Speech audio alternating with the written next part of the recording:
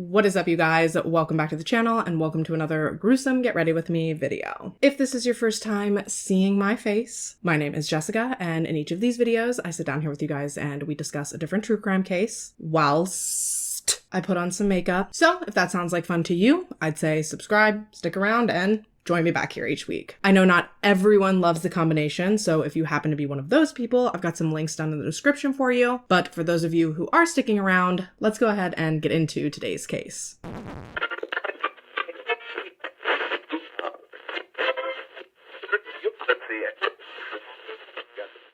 Okay, so our story today takes place on a crisp autumn's night in 1973. However, before we can really get into the meat and potatoes of the story, so to speak, I need you to embark on a little exercise with me. Don't worry, it's just a mental exercise. After being sick last week, I still don't have the lung capacity right now to try and get you all up and physically moving. Honestly, I'm probably not the best person for a mental exercise either, because I can't do the whole, imagination, mental picture thing. Heard of aphantasia? I think I have that. Anyway, this isn't about me or my shortcomings, be them mental or physical. This is about the fact that in order to get you into the appropriate headspace today, I need you all to close your eyes and take a little journey with me. I need you to journey back to when you yourself were 13. My guess is you're in 8th grade, you're the top dog at your middle school. You're likely enjoying this year of superiority before you're once again thrust back to the bottom of the totem pole next year as a freshman. Sound familiar? You're there? You're remembering? Now imagine that during this time in your life, after the most traumatic night you will ever experience, you are then thrown into a secondary nightmare where the justice for your fallen friend's fate, as well as the fate of 3 vicious murderers, falls solely now on your barely teenage shoulders. Sounds unfathomable, right? Sounds like a pressure that could and would shake even the most even-keel adult. Well, unbelievably, that is exactly the position that the 13-year-old girl at the center of our story today found herself in back in 1973. This is the story of Sandra Chesky, the sole survivor of the Gitchie Manitou Massacre, a crime that shook the city of Sioux Falls to its core, a case that still, even decades later, haunts those that were close to it deep down to their very bones. But before I get any further, allow me to take a moment to extend the most profound thank you to Carrie Lynn for requesting this one. Evidently, Carrie Lynn herself used to cut loose and party at the Gitchie Manitou Preserve until her mother told her the story that I'm about to tell you, and much like Carrie Lynn, my guess is that once you all hear it, let's just say I'd be willing to bet I won't be catching any of y'all going to party out there after this video either. All right, so for today's story, we are headed to the west north central region of the United States. Specifically, we're in South Dakota today. Known overall for Mount Rushmore, Badlands National Park, and downtown Deadwood, South Dakota hosts a population of just shy of 1 million people, all residing on 77,000 square miles of land. Beyond that, then breaking the state down into cities, far and away, the most populous city within South Dakota would be Sioux Falls, which about 30% of the state's population as a whole calls its home. Sioux Falls also, coincidentally, happens to be where the bulk of our story today takes place. Sioux Falls itself is well known to the general public for its parks and myriad of outdoor activities, as well as its art and museum scene. That said, though, Sioux Falls to Sandra Chesky will always be the place that her life changed forever. Sandra K. Chesky was born in Eagle Butte, South Dakota, to her parents Dolores and Cameron on September 1st, 1960. Sandra was the couple's 5th and final child, having been preceded in rapid succession by her 4 older brothers. That said, though, Sandra was only the 4th child that they would actually get to take home and to raise. Devastatingly, the couple's 2nd son died very shortly after he was born. As in, I don't even think Dolores ever got to hold him before he was whisked away from her. Obviously, this was incredibly traumatic on the entire family, so I can't even imagine the fear that Dolores felt a few years later when she found herself giving birth to Sandra in the back seat of a car on the side of the road. Dolores had actually been home alone when she'd gone into labor with Sandra, and given that this was her 5th baby, Sandra came quick. The only person Dolores could manage to get a hold of to take her to the hospital that day actually turned out to be their neighbor. Their neighbor, who rarely, if ever, drove, mind you. But regardless of that, and despite how quickly the neighbor and Dolores did spring into action, within just a few miles, Dolores found herself silently pushing her little girl into the world out of fear that she might distract their neighbor if she screamed. And like I said, I truly cannot even begin to imagine how terrifying this must have been for Dolores. She's already lost one child. Her husband isn't there with her. She spent the last few minutes flying down the road with this very inexperienced driver, and now just, here's her baby. Talk about surreal. Thankfully, Sandra was born completely healthy, and Dolores was able to bounce back from her car birth with relative ease. Sadly, though, for the Chesky family as a whole, years of fighting and financial strain eventually led to not just the end of Dolores and Cameron's marriage, but it also led to the end of Cameron's presence in his children's lives. Once the divorce was final, Cameron took off, leaving Dolores alone to raise and to support their 4 children. Something that Dolores, understandably, found incredibly difficult. Truly, mad respect to all of the single parents out there, because I did it very briefly in the grand scheme of things, and it is truly not for the faint of heart. It was one of the most difficult experiences of my entire life. And I only had 1 kid. I cannot even fathom in my wildest dreams being solely responsible for 4 children. That shit sounds impossible. And actually, as time wore on and Dolores found herself working harder and harder just to barely make ends meet, she eventually started to feel the same. So when she decided to also add nursing school onto her plate, she just knew that something had to give. Sandra was about a year and a half old, give or take, when Dolores decided to send she and her brothers to go and live with their grandparents for a while, just while she got her degree and while she got back on her feet. And while this was obviously a massive adjustment for everyone involved, overall, I think it panned out to be a relatively positive experience for Sandra. Through this arrangement, she and her brothers got front row seats to see what it takes to keep a farm and a household running. Sandra got to spend a ton of time caring for the farm animals. She was incredibly involved in the church. Like I said, at least based on how it's portrayed in books that Sandra was involved in, this period of time in her life seems to have been a happy one. All in all, the kids lived with their grandparents for about 3 years before Dolores finished school, and she felt as though she could finally provide them with the life that she felt they deserved. That said, though, friction and strife would soon return to the home when Dolores began dating a man who,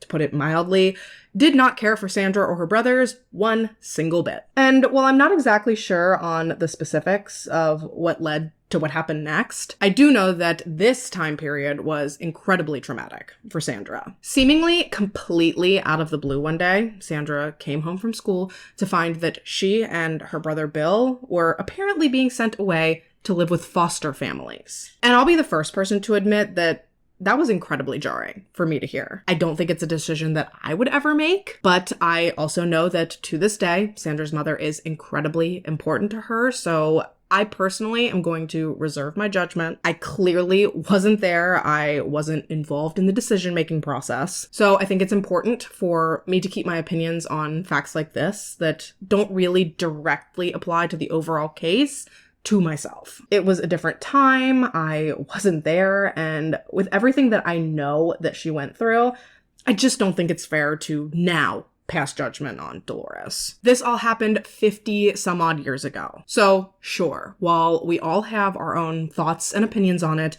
nothing we say is going to actually change what happened. Now, thankfully, Sandra's stay in foster care was pretty short-lived. She actually called her mom damn near every day, begging her to let her come home. And after a while, after a few weeks of this, Dolores caved and Sandra and Bill were brought back home. Unfortunately, though, this reunion was also short-lived, considering that Dolores was still dating the same man. So once his patience and his tolerance with the children once again ran out, this time Sandra and her brothers were sent off to a Native American boarding school. Yet another time in Sandra's life that she looks back on as fairly traumatic. The school was strict. The other girls were mean to her. She missed her mom. She missed her brothers. Sure, she tried to make the best of things, but it also didn't take long before she was begging her mother to let her come back home from there as well. Once again, Dolores gave in to her daughter's pleas, and by the summer before Sandra's 8th grade year, the family had reunited and they settled back down together in a large farmhouse located just outside of Sioux Falls in T,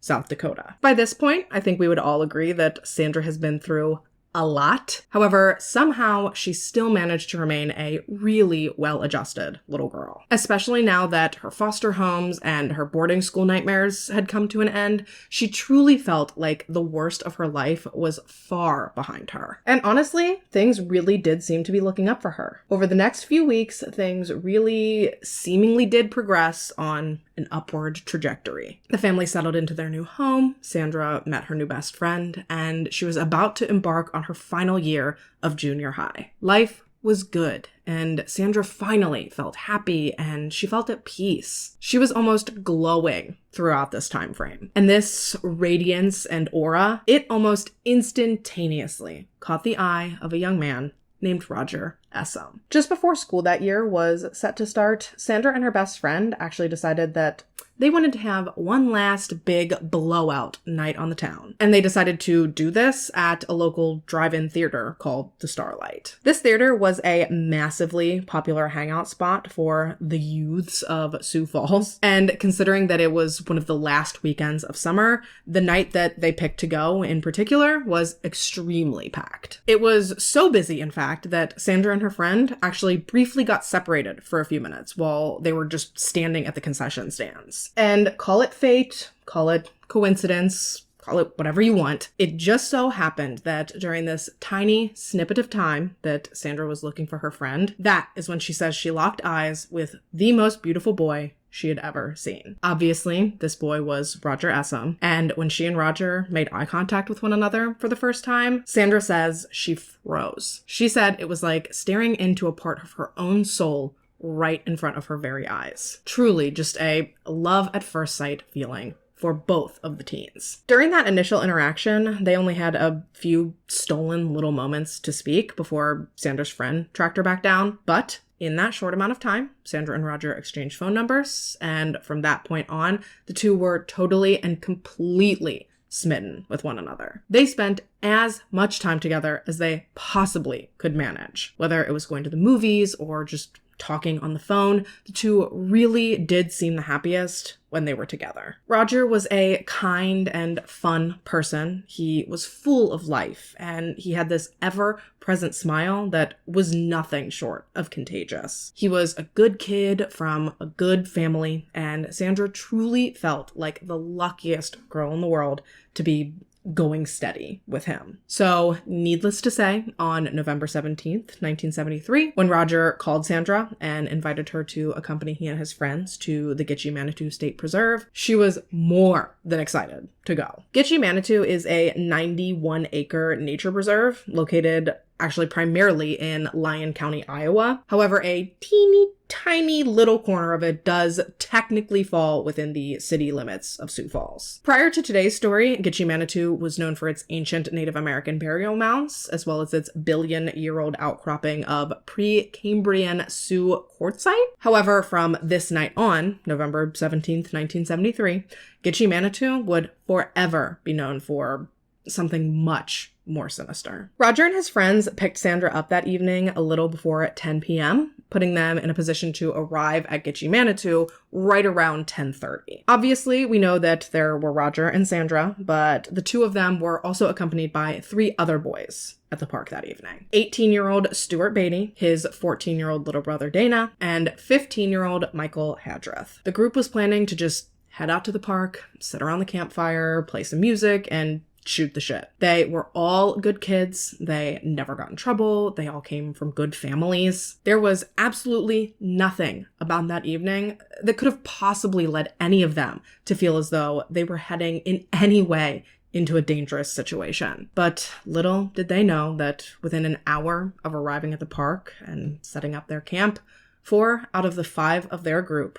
would be dead. When they first got to Gitchie Manitou, Stuart, who had driven everyone in his old blue Chevy van, parked in some tall grass near one of the park's shelters. The friends piled out of the car, and they began wandering southwest through the park in search of an area to set up their camp. Ultimately, they settled down in a pretty desolate area of the park. They had the Big Sioux River behind them. They had a beautiful, clear, crisp, starlit sky above them, and they just felt like they were in for a peaceful, fun, quiet autumn night. They lit their fire, Stuart played his guitar, Sandra snuggled up into Roger, all while Michael and Dana just sat and took in the evening. Of course, it was the 70s, so they did end up sparking a little bit of the devil's lettuce. Mind you, this was probably the most hardcore or rebellious thing that any of these teens had ever done. All in all, it just appears as though everything that night was going exactly how they'd envisioned. At least it was for about the first 20 minutes that they sat around their fire. It wasn't until right around the 30-minute mark that Sandra recalls that the group began to hear the very unsettling sound of twigs snapping in the distance. At first, they tried to write off the sounds as simply just being the footsteps of wildlife far, far off into the woods. However, as the twig snapping and the branches rustling grew louder, as if it was getting closer to them, the group instinctively began to call out and to ask who, if anyone, was out there. Now, of course, no one answered them verbally. However, just as Roger got up to go and to investigate what they'd been hearing, all of a sudden, gunfire surrounded them and bullets rained down on them. Pretty much instantaneously, Roger was hit in this first wave of gunfire. Sandra recalls him crumpling to the ground almost immediately. Stuart was then struck next, although his initial wound wasn't immediately fatal. And as he screamed out that he'd been shot and that he was in excruciating pain,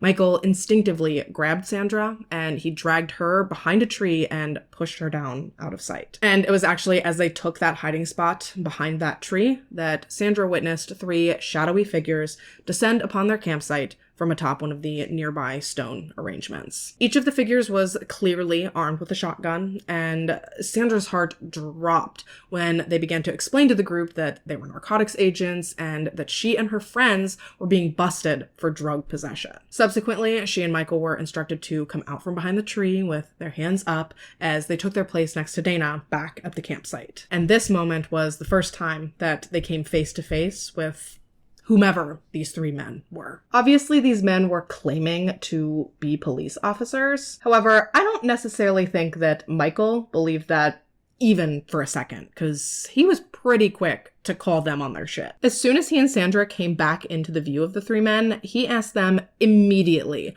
"What the hell do you think you guys are doing? Cops or not, you cannot just ambush some innocent teenagers with a barrage of gunfire. Right? Well, maybe not, but apparently these 3 individuals had no qualms in doing so, because just as Michael began to confront them, the tallest and the skinniest of the men, the one that the other 2 referred to as Boss, he lifted his gun again and he shot Michael in one of his raised hands. Michael was instantly in agony as the bullet not only went straight through his hand, but it also tore through his shoulder and through his bicep. So Sandra at this point is horrified. She's scared, she's confused. Roger's down, he's not moving. Stuart is screaming in pain. Michael's now down and he's writhing in pain. So cut to she and Dana, they're just standing there. They're staring at each other and they're waiting, desperately trying to figure out what they should do before one of them ends up shot next. It was just absolute chaos. After forcing Michael back to his feet, the Boss then led he, Dana, and Sandra at gunpoint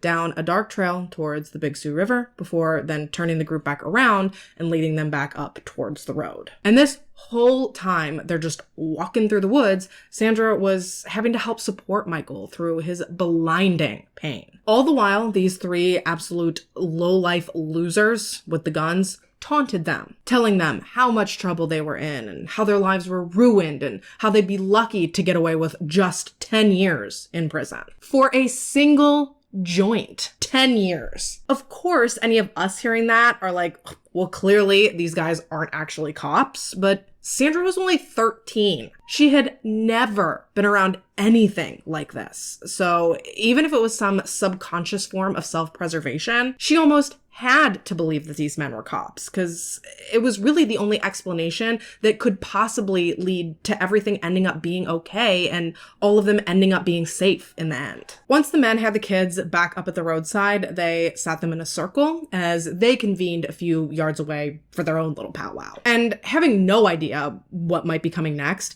Sandra was just relieved in that minute to have a fleeting, solitary moment. A moment that, at the very least, she didn't have a gun jabbing into her back. However, sadly, this relief was short-lived when the heavier set man, the one they kept referring to as JR, came over and he demanded to know if there were any other girls present. And knowing that she was the only female there that evening, her heart, it instantly sank. And then from that point on, things just seemed to keep going from bad to worse as the boss then approached them. He approached Dana, and Michael, and he began to restrain them with some sort of thin wire he'd pulled from his truck. Speaking of this truck, Sandra was sure, like 1,000% sure, that the early 70s model Chevy pickup had most certainly not been parked near their van when they'd arrived at Gitchie Manitou. Regardless of that fact, though, she was about to get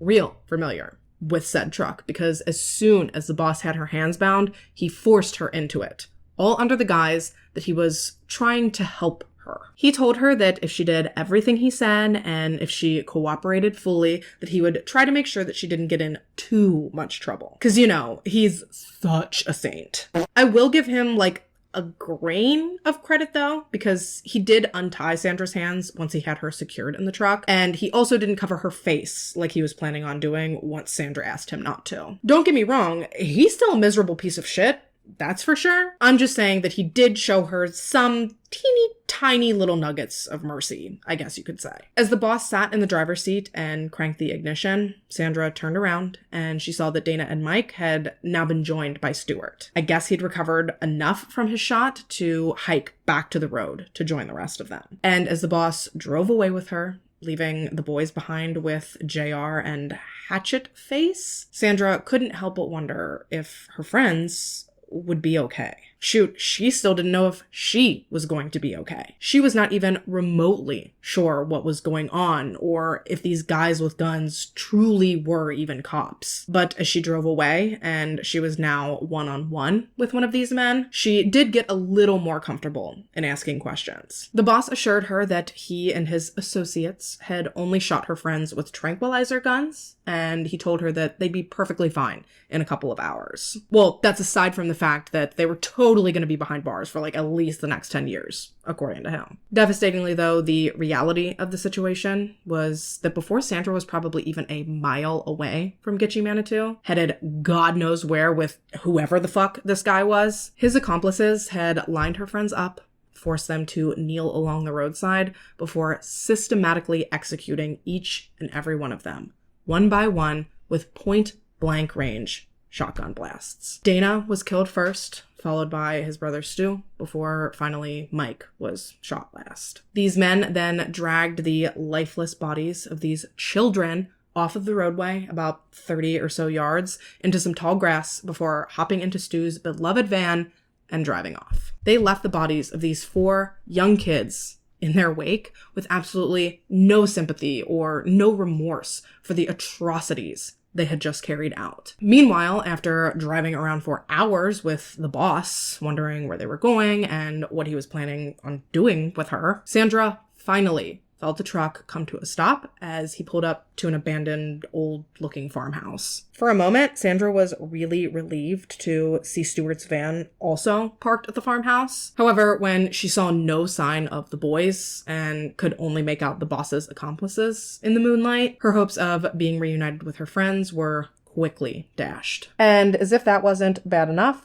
things were about to get even worse for Sandra as the boss exited the vehicle, only to be replaced by JR, the heavyset one of the men. And Sandra could tell just by the look on his face that something horrible was about to happen. The creepy, slimy, no good smile that he bared to her as he took the seat right beside her, well, it made her stomach turn. He immediately demanded that Sandra remove her bottoms, and I don't really think that I have to explicitly spell out for you what he proceeded to do next. And Sandra, she was disgusted. She was traumatized. She was horrified. How on earth had this night gotten to this point? When was this nightmare going to end? How was it going to end? All she wanted was to go home. She just wanted this to be over. It was creeping up on like 2 or 3 in the morning at this point, and she just wanted to sleep. Hadn't these men put her through enough at this point? Evidently not, because once JR had finished with her and he and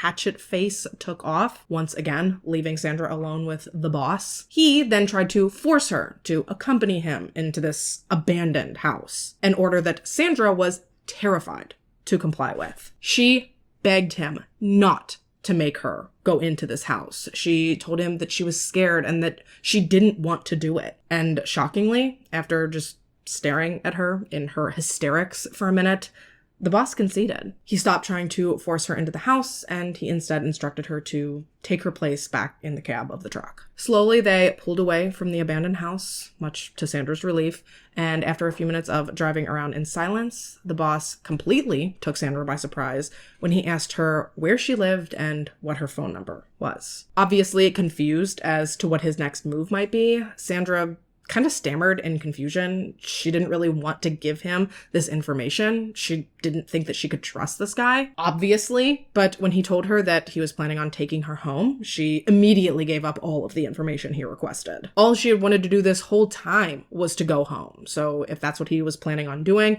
she certainly wasn't going to stand in his way by trying to be secretive. It was almost 5 o'clock in the morning when the boss pulled up next to Sandra's mailbox, and he just let her out of the truck. She could not believe it. The minute that her feet hit the pavement, she took off towards her front door. She didn't even wait for him to pull away. Sandra's one and only singular objective at that point was getting herself safely positioned behind the closed and locked door of her home with as much distance humanly possible between this truck and this awful man, just getting away from this entire evening. Even as the boss bellowed after her that if she told anyone what she'd been through this night, that he'd return and finish her off, she didn't care. She just wanted this all to be over. And the next morning, when Sandra woke up, she immediately reached for the phone and she punched in Roger's number. They had all been through so much the previous evening, and all she wanted to hear was his voice and to know that he was okay. Sadly, though, no matter how many times Sandra hung up and she redialed the number, it rang and rang and rang, and her calls went completely unanswered. She was starting to get very discouraged when all of a sudden the call finally connected and Sandra finally heard a response on the other line. She immediately asked to speak to Roger. However, much to her dismay, the boy on the other line, Roger's older brother, he informed her that Roger had actually never come home the previous night. And upon hearing this, Sandra completely broke down. Without hesitation, she started spilling everything to Roger's brother, whom, upon hearing what had happened, urged Sandra that she needed to speak to the police as soon as humanly possible. I mean, guns, rape, his brother was missing. Obviously, the police needed to be involved ASAP. The only problem was that by that point, Sandra's mom had already left for work. And obviously at 13, she wasn't driving herself. And this left her only option of getting to the police station as hitchhiking. Some sources do say that Roger's brother actually picked her up and brought her to the station, but I personally heard Sandra herself say in an interview that she hitchhiked, and given the timing of how everything plays out, I feel like that makes more sense. Sandra woke up, I believe, around 9 a.m. that day, Sunday, November 18th, and she didn't end up at the police station until sometime after 6 p.m. So even with as long as she spent calling Roger's house that morning, it just doesn't seem like it would have taken her that long to get to the station had his brother actually picked her up. Either way, though, she did end up at the police station, walking in, like I said, sometime around 6:30 p.m. And little did she know, as she approached the reception desk, that she was just the person that police were waiting for. But before we get into that, I'm going to take my break, throw on my lashes, and when we get back, Sandra almost single-handedly brings justice to her 4 murdered friends. Don't go nowhere.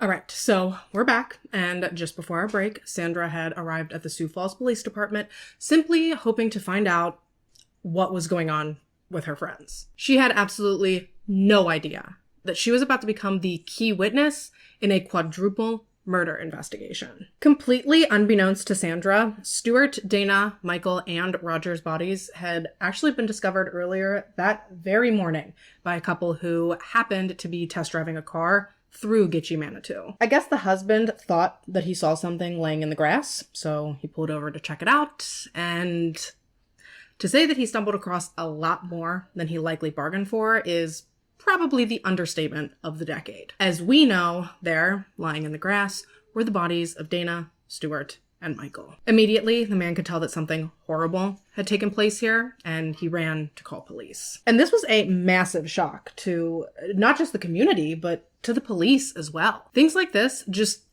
they were not the norm for this area. So much so that the first officer that responded to the scene didn't even have crime scene tape in his vehicle to cordon off the scene. He had to request that someone else bring it when he called for backup. Sioux Falls PD also almost instantaneously sought the assistance of the Iowa Division of Criminal Investigation, because not only is Gitchie Manitou mostly located in Iowa, remember only a small portion of it falls within the South Dakota border, but as previously alluded to, they were in way over their heads with this one. And they knew it from the jump. And that's just when they thought it was a triple murder. Because mind you, Roger's body hasn't even been found yet. There were acres and acres and acres of land for police to comb through, most of which was either dense forest or thick prairie. I mean, that alone would have made it difficult enough, but then when you factor in that it was also November, meaning that it got dark mad early in the day, it took quite a while for the investigation to really get going and for investigators to discover the kids' campsite. And then in making that discovery, obviously they found Roger as well. I believe I read that his body was located about 100 yards away from the rest of the boys. And this discovery hit each and every person there that day like a ton of bricks. 3 dead teens was bad enough, but now 4? It was unimaginable. It was unheard of. Luckily, the police were able to obtain identification off of each of the boys, which undoubtedly made the process of tracking their families down significantly faster, although it absolutely didn't make the notification process any easier. Police also discovered a few pieces of physical evidence at the scene, including Stuart's guitar, tire tracks, drag marks, which indicated that the boys had not been killed where they currently lay. And then last but certainly not least, police also recovered 3 different types of shotgun shell casings, which were pretty quickly determined to have come from a 12-gauge shotgun, a 16-gauge shotgun, and a 20-gauge shotgun. And while multiple guns doesn't necessarily inherently mean multiple killers, multiple shotguns did sort of lend credence to the idea that they were possibly looking for 3 separate shooters, which obviously we know they were, but investigators at this point were operating solely on theory. I mean, I guess it's possible that one person could tote around 3 shotguns, but I also think it's highly unlikely and that it's much more realistic that one person would carry 1 shotgun, therefore making the theory of 3 shooters much more plausible. Or in this case, right on the money. One thing that did confuse investigators about the scene, though, was that there was not a single abandoned vehicle anywhere in sight. So how did the kids get there? Had someone brought them out there? Had someone taken off with their car? I mean, we know the answers, but truly, at this point, investigators are sitting on way more questions than answers here. A fact that I have to imagine felt incredibly daunting, considering the enormous pressure that they were undoubtedly going to be facing from the public to solve this case like yesterday. The problem with that, though, was that beyond the very few pieces of physical evidence that they were able to gather from their search at Gitchie Manitou, they really didn't have much else to go off of at all. That is, until 13-year-old Sandra walked into the police station. And what's completely crazy is that upon walking into the station and explaining to police that she had been at Gitchie Manitou the previous evening and everything that she'd been through, Sandra was actually fingerprinted She had her mugshot taken, and she was read her rights as if she was some sort of criminal. This 13-year-old girl. Poor Sandra didn't even know what the word homicide meant. So when police told her that that's what they were investigating, she had no idea what the possible implications of that were. Sandra didn't realize what had actually happened until she'd already been at the station answering questions and writing out statements for hours. It wasn't until she heard someone say the word murder that Sandra was hit with the harsh reality that her friends were gone. She had been through so much, and she was so numb to everything that was going on that rather than seeing her for what she was, which was also a victim, most of the officers instead described her as cold. Some of them even then went as far as to voice their theories pertaining to Sandra's possible involvement in what had happened to the boys. And look, I get it. I get the police have to keep an open mind and they have to explore all possible theories and all potential explanations for things. But now, with the benefit of hindsight, it makes me mad that Sandra was all but perp walked through the station and given the convict special before her mother even got there to support her. I don't know, it doesn't seem right. Thankfully, once Dolores arrived and Sheriff Craig Vinson kind of took point with Sandra, things did start to turn around for her.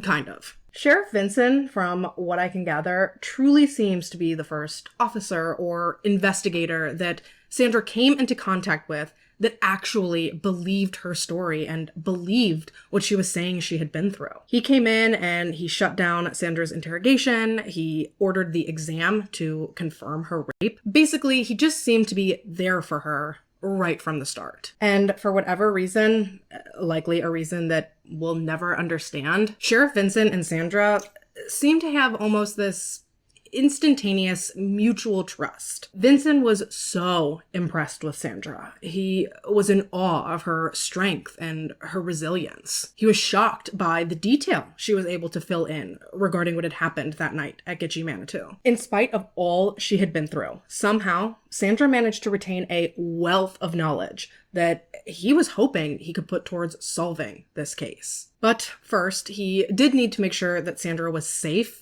until that was done. And regretfully, until he could pull together an actual safe house for her and her family, it was actually determined that the safest place for her was within the juvenile detention facility. Yeah, it wouldn't have been my first choice either, but it's what they did. And so the following day, rather than heading off to school, Sandra was instead picked up by Sheriff Vinson and she was escorted back to the police station in order to help a sketch artist create composite sketches of the three assailants. Sandra also confirmed to police that Stuart had in fact driven she and her friends to Gitchie Manitou in his van, just like his family had said he had. And actually, coincidentally, Stuart's van would end up being found later that very afternoon. So Monday the 19th, it was parked in a truck lot in the middle of Sioux Falls. Police had put out an APB for Stuart's van as well as for the truck that Sandra had described to police. And while they were no closer to finding the truck, finding the van did feel like a huge step in the right direction. Frustratingly though, after being examined by forensics with a fine-tooth comb,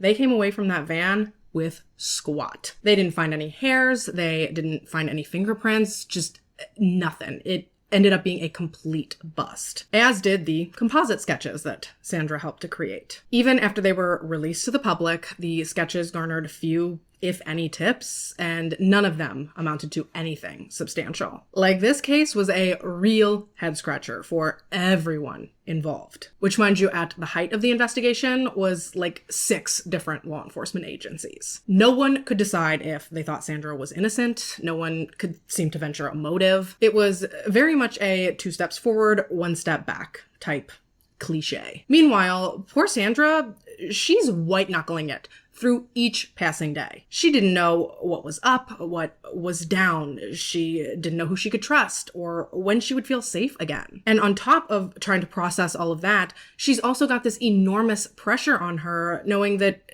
she's basically the only lead that police have in bringing justice to her friends. That is a pressure that I can't even imagine now at my big old age of 32, let alone having gone through when I was just 13. All Sandra wanted was for this to be over and to try to get back to as normal of a life as she possibly could. She just wanted to go back to school and to start trying to heal. She just wanted to mourn and to process her trauma. She wanted to go to Roger's funeral so that she could say her final goodbyes. Something, mind you, she had to fight fucking tooth and nail just to do. She was only even permitted to do so when she agreed to go in secret. To reiterate, I get that police have to protect her and they have to protect the integrity of their investigation. But even so, there were a lot of things done during this investigation that I think and hope would be done differently today. With little other evidence to go on, and as leads started to dry up, over the weeks following the massacre at Gitchie Manitou, Detective Vincent and the rest of the investigation team truly only seemed to have one avenue left to follow. They had to find the farmhouse that the boss had taken Sandra to, the one where JR had assaulted her. Sure, it was believed to be abandoned, and they didn't know what, if anything, they would be able to get evidence-wise from the property, but with all other leads pretty much exhausted, this was kind of their only hope. So every single morning, again, rather than heading off to school, Sheriff Vincent picked Sandra up and the two of them drove around. They drove all around, I believe, a 50-ish square mile radius surrounding Gitchie Manitou. They were just hoping and praying that eventually they would somehow stumble across the property. Mind you, the rest of the investigative team was doing the same thing, and anytime they would find a property that even remotely matched the one that Sandra had described to them, they would bring Vincent and Sandra out. They'd give the area a once-over, but each and every time they hightailed it out to a different location, and it was never the right one. For 12 long days, from sunup to sundown, Sandra rode around town, all the while waiting and wondering when she would stumble back firsthand into the scene of the worst night of her entire life. This 13-year-old girl was essentially working the same hours as these seasoned police officers and these experienced homicide detectives, all in the name of trying to bring justice to her friends. And she did all of this, all while knowing that some of those very police officers, as well as some of her fellow Sioux Falls residents, behind her back were still questioning her innocence. Even after she had voluntarily taken and passed a polygraph test, some people still held their doubts. But even so, Sandra never once wavered. She never changed her story. She never gave up in her determination to help bring her friend's killers to justice. And I'm sorry if you think I just keep harping on how wonderful Sandra is, but I really do think she is such a badass. I genuinely believe that she handled her situation a lot better than most adults probably could. No matter what she had to do or what it took, she would avenge her friends, and she would bring those three horrible men to justice. And that, my friends, brings us to the afternoon of Thursday, November 29th, 1973. As she'd been doing for the previous almost 2 weeks, Sandra loaded up into Vincent's car for yet another long day of driving. They visited a few properties that morning, none of which turned out to be the one they were looking for, until finally, near Hartford, South Dakota, they pulled onto a property that Sandra thought could maybe possibly be the one. Obviously, it had been incredibly dark the one and only time she had ever seen it, but once she got out and she really got a chance to look around, she became almost certain that they had finally found the correct property. Everything was basically exactly as she had remembered it to be, right down to the large red fuel tank that was located next to the garage. And as Vincent began to look around and, get a lay of the land and familiarize himself with the area, completely out of the blue, Sandra let out a blood-curdling scream. Vincent had actually been so in the zone at that point that had Sandra not broken his concentration, he might not have even heard the truck tires headed up the driveway. He was alert and aware now, though, and as this truck pulled closer and Sandra got a good look at the man that was driving, she once again began shouting. Only this time, she was shouting actual words. Over and over and over again, Sandra screamed, "That's him. That's the boss." Now, pretty much simultaneously as Sandra and Vincent saw the driver saw Sandra and Vincent, and likely knowing exactly why they were there, he just, busted Yui and hightailed it the fuck up out of there. And although Vincent surely wanted to follow this suspect himself, he also didn't want to abandon Sandra there. So he immediately instead radioed for backup. Thankfully then, once he made the call, the truck was pulled over within just a few minutes of leaving the property. As officers approached the vehicle, guns in hand, they realized that everything Sandra had been telling them, every detail she'd relayed, it was all exactly correct. From the crack in the windshield down to the inspection sticker on the dashboard, 13-year-old Sandra Chesky had been telling them the truth the entire time. And damn, what a vindicating feeling that must have been for her. The boss was arrested right there on site, and thankfully there weren't any issues. He didn't resist at all. And police arrived at the Sioux Falls police station with their suspect in tow right around 7 p.m. And shockingly, when questioned, this guy actually ended up waiving his right to an attorney before voluntarily submitting to an almost 3-hour interview with police. But who, I'm sure you're wondering, is this man? And of course, I'm sure you're also curious as to who his miserable little cronies were. Well, Alan Fryer, otherwise known as The Boss, and his brothers James and David Fryer, known as JR and Hatchet Face, respectively, were 3 of 13 children born to their parents Lyle and Mildred Fryer. Sadly for Earth, these children did not have a very good upbringing. I mean, obviously, look where we're at. But according to accounts from neighbors and those who knew the Fryers, like back in the day, they had it hard growing up with Lyle. He was strict, he was mean, he was cold, rarely ever showing his children any love or affection. Shoot, he didn't even refer to his sons as his sons, apparently. He called them his little chore boys. So perhaps that can give you a little insight into the value that he believed his children brought to the table. And this man ruled his home with an iron fist. No one, not even Mildred, dared to stand up to him. So rather than act out at home, the boys would listen to his every word, and then they would just run around town acting like degenerate little heathens. And while I don't condone it, I do understand it to an extent. They saw their dad acting like an unhinged, uncivilized clod at home, and since they couldn't behave like that in his presence, they instead took their show on the road. Looking back from what I could gather, it appears as though the 3 Fryer brothers that we have the misfortune of dealing with today, Alan, James, and David, they seem to have always been the closest of the children. They banded together from a very early age to kind of help drag one another through their miserable childhoods. All of these boys found themselves seated with criminal records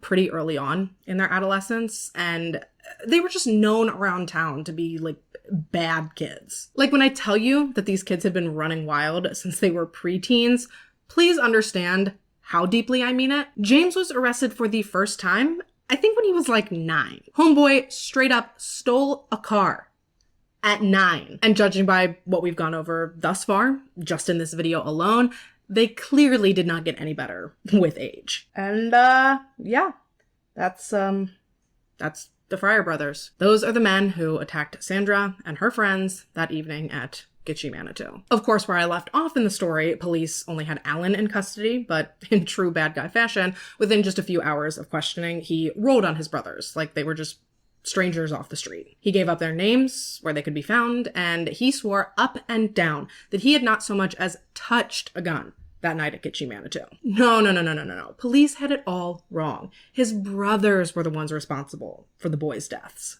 Sure, Jan. By the following afternoon, so Friday, November 30th, police had tracked down and apprehended both the remaining Fryer brothers. I believe they tracked David down at his home address, but hold on to your wigs for this next part, because you know where they found James? Jail. Yeah, this man was serving time already for I don't even know what, but because he was part of a work release program, he had actually been allowed out of the prison overnight the night that Sandra and the boys were attacked. Yeah, ain't that some shit. Thankfully, Sandra was easily able to identify the remaining 2 brothers via a lineup. Of course, she was terrified to have to see any of these men again, but once again, she just knew it was something that she had to do. It was a fear that she had to conquer in order to see to it that her friends got the justice they deserved. Oh, she also identified James as the one who had essayed her that evening, although police would end up foregoing the those charges, much to Sandra's dismay. I guess they really wanted this to just be an open and shut murder case, and they figured that introducing a rape might make things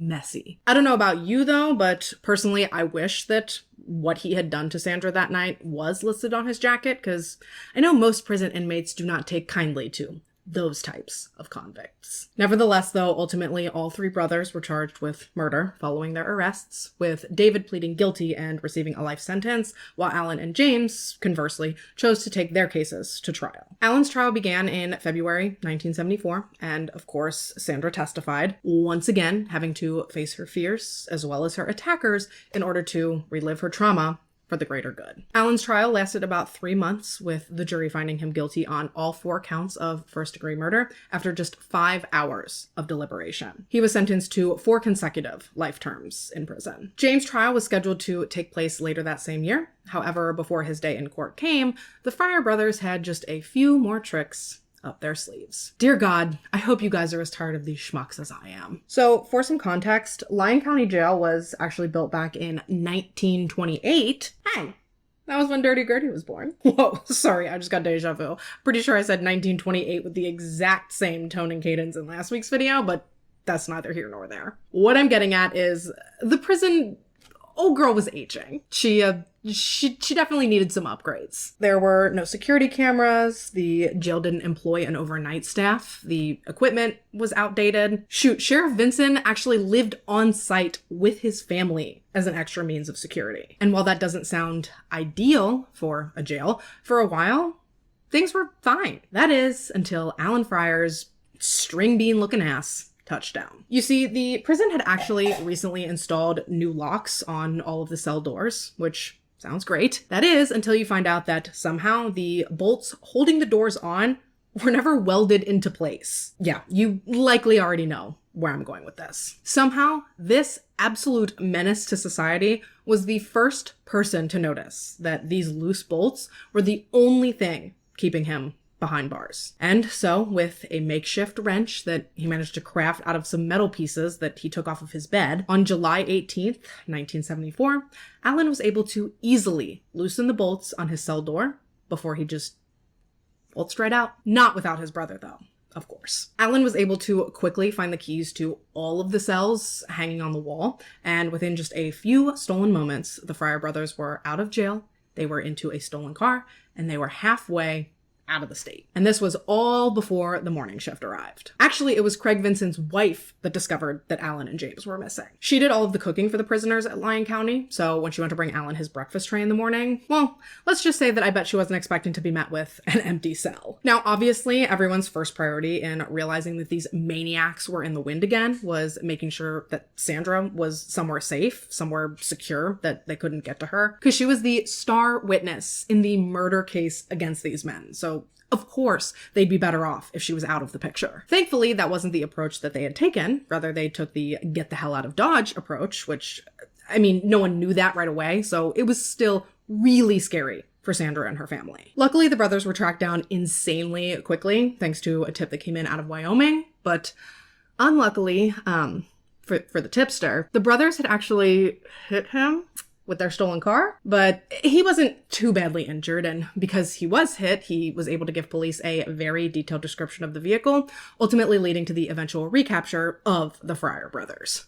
James' official trial began on December 11th, 1974 in Dickinson County, Iowa, and after just 9 days of testimony and presentation, the jury found him guilty of murder as well, for which he was subsequently sentenced to 3 concurrent life sentences. Currently, to my knowledge, all 3 brothers are still alive, and they're still serving out their sentences. Alan is currently 80, David is currently 75, and James, big old ass, I believe, is like 72. All 3 of them are serving out their time at Fort Dodge Correctional Facility, which low-key kind of pisses me off, because I do not think they should be allowed to just be riding this shit out together behind bars. I think they should have separated them. Especially considering the fact that James and Alan had already escaped one jail together. The fuck? Who knows though, maybe they all hate each other now for trying to place the blame of the Gitchie Manitou Massacre on to each other. Whatever the case may be, I just hope that they are absolutely miserable in prison, whether they're together or not. As for Sandra, she really struggled to return to any sort of semblance of normal life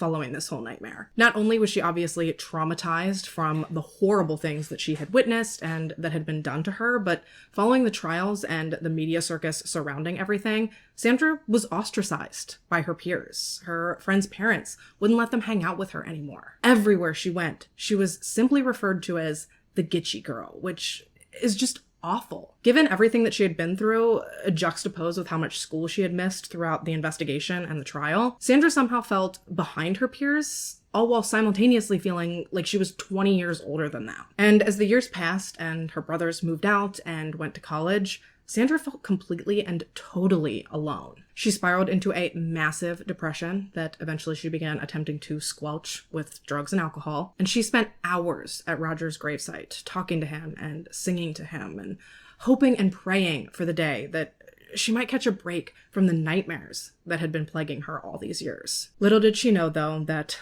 respite was closer than she ever could have imagined. Carol Schranz had been Sandra's brother's boss for quite a while by the time he walked in to Sandra's place of employment and took a seat. She'd been working as a waitress at a restaurant called The Cantina, which was located in the local mall. And although it could be a relatively physically demanding job, the money was good, and it made Sandra feel as though she had a purpose. She chatted cordially with Carol that day, not really thinking much of it. However, over the next month, as he seemed to come around more and more, Sandra realized that she was starting to like him. She was really starting to look forward to his frequent visits. By the way, Sandra's grown at this point in the story. I don't know that I made that distinction, but rest assured, this man isn't flirting with 13-year-old Sandra behind a bar. Everything between Sandra and Carol has always been above board. Carol was kind and polite, and he was comforting to Sandra. She trusted him and she felt safe with him. And because he was the first person in a long time to make her feel that way, when he finally asked her out on a date,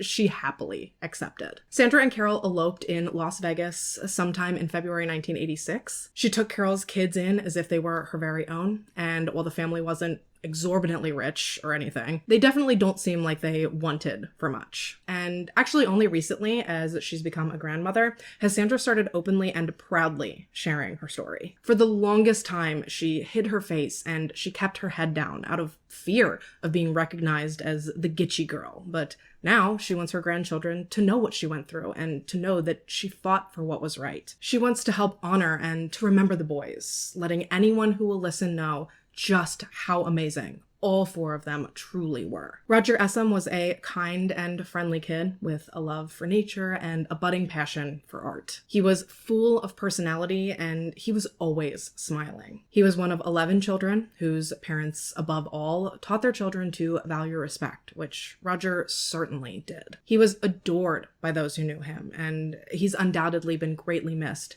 every day over the last 50 years. He was only 17 when he was robbed of his life. Michael Hadrith was a sophomore at Washington High School in Sioux Falls. He was kind and popular and incredibly athletic. He led his basketball team in points, he was the star pitcher of his baseball team, and he started basically every game on every team he played on. Judging by the multiple President's Physical Fitness Awards he received, he likely would have gone on to obtain some sort of athletic scholarship. However, sadly, that opportunity was robbed from him when he was just 15 years old. Dana Beatty was a quiet kid. He was kind and friendly, and he looked up so much to his older brother, Stuart. The two were incredibly close, with Stuart even working to teach Dana how to play guitar in the weeks leading up to his death. He was just 14 years old when he was killed. And finally, Stuart Beatty. This poor boy had to watch his brother die while simultaneously knowing that he was likely going to be killed right behind him. Stuart was a laid-back and friendly kid who was always willing to lend a helping hand to anyone, especially if the favor was giving someone a ride in his absolutely beloved prized blue Chevy van. He and Dana were laid to rest in a joint funeral that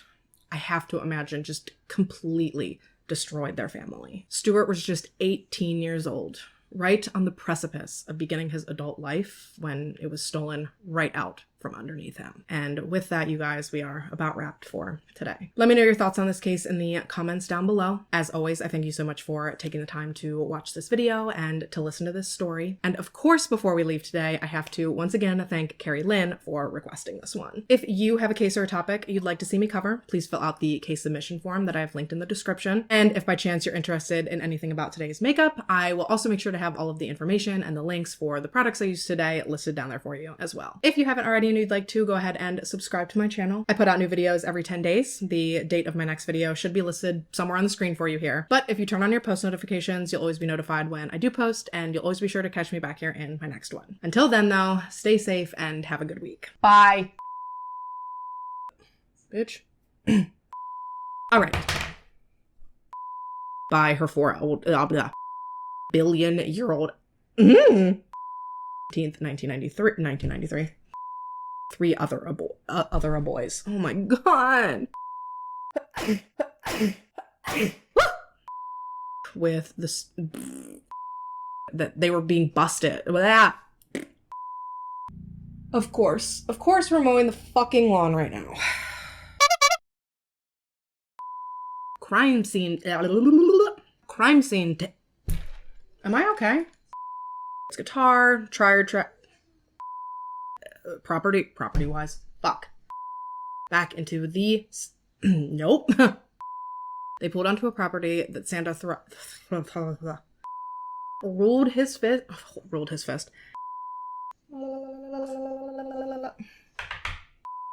It's deplorable. Yeah, blah, blah. Quickly, thanks to a